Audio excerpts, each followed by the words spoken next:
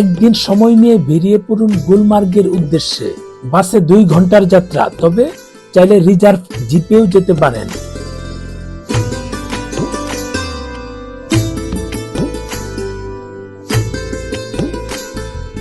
স্বপ্ন পূরণ হয়েছে।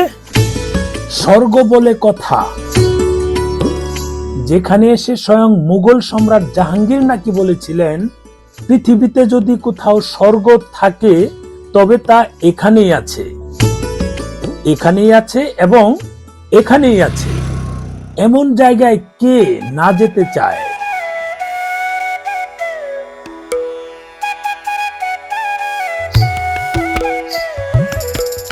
সকালের নাস্তা শেষ করে 16 শতকে কাশ্মীরি রোমান্টিক কবি দ্বারা আবিষ্কৃত ফুলের তৃণভূমি গুলমার্গের উদ্দেশ্যে রওনা হলাম। গুলমার্গে পৌঁছানোর পরে আমাদের গাড়ি পার্কিং এলাকায় দাঁড়াবে। সেখানে অভ্যন্তরীণ দর্শনীয় স্থানগুলো, যা আপনাকে হাঁটা বা ঘোড়ায় চড়ে নিজের খরচে যেতে হবে। আমরা অলরেডি চলে এসেছি। এখানে এসে গাড়ি থেকে নেমে আমরা এখানে কিছু স্পেশাল কাপড় নিব, কারণ গুলমার্গে আরো ঠান্ডা, ওখানে তাপমাত্রা মাইনাস সবসময় থাকে।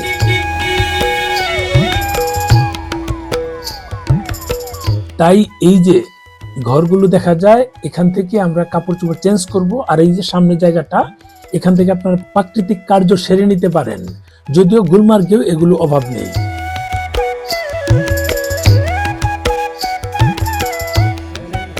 আমরা সবাই এখানে এই বুটগুলো নিয়ে নিচ্ছি, কারণ যাবো যেখানে সেখানে আসলে দূরে জায়গা।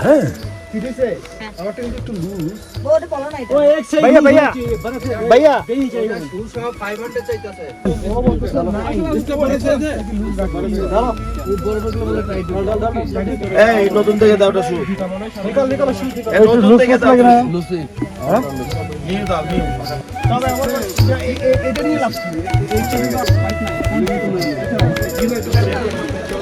আমরা এখন সবাই রওনা দেব। একেবারে তল্পিতল্প গুছিয়ে নিয়েছি।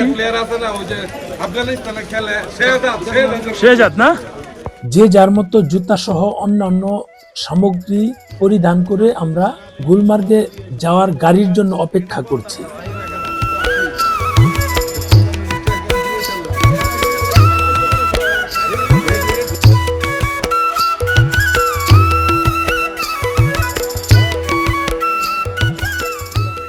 আমাদের গাড়ি চলে আসবে, তাই এখানে দাঁড়িয়ে আছি।